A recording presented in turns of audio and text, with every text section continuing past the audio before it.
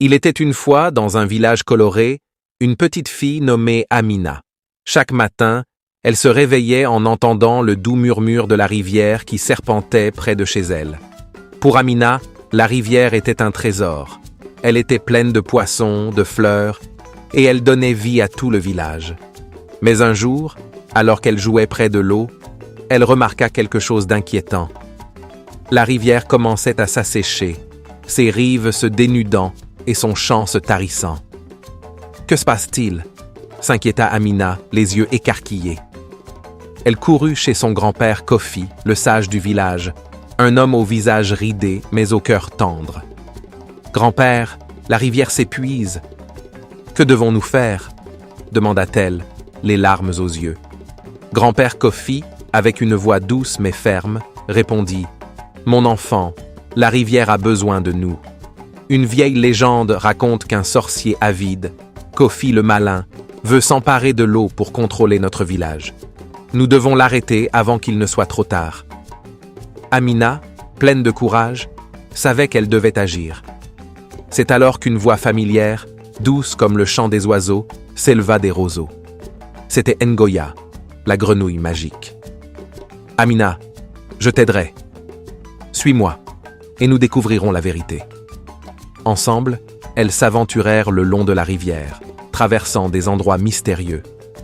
Ngoya, avec son air espiègle, expliqua à Amina que le sorcier Kofi avait lancé un sort pour assécher l'eau, pensant que cela lui donnerait du pouvoir sur tous.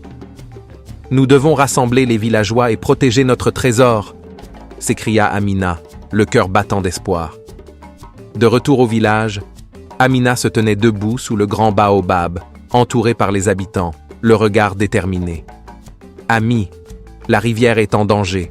Si nous ne faisons rien, elle disparaîtra. » Les villageois, touchés par sa bravoure, acceptèrent de l'aider à combattre le sorcier.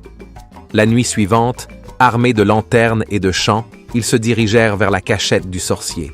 Amina, le cœur plein de courage, se tenait devant le sorcier Kofi. « Tu ne peux pas prendre notre rivière !» s'écria-t-elle avec force.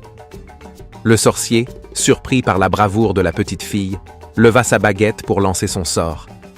Mais Amina, avec Ngoya à ses côtés, commença à chanter une chanson ancienne que son grand-père lui avait apprise. Les mots, chargés de magie, flottèrent dans l'air comme des papillons. À mesure qu'il chantait, une lumière éclatante enveloppa le sorcier, et il fut pris de panique. Dans un éclat de magie, il fut contraint d'abandonner son sort maléfique. La rivière, comme par enchantement, commença à couler à nouveau, débordant de vie et de couleurs. Les villageois, émerveillés, célébrèrent le retour de leur rivière bien-aimée. Amina, avec Ngoya à ses côtés, avait sauvé le cœur de leur village. Elle avait prouvé que le courage et l'unité peuvent surmonter toutes les épreuves.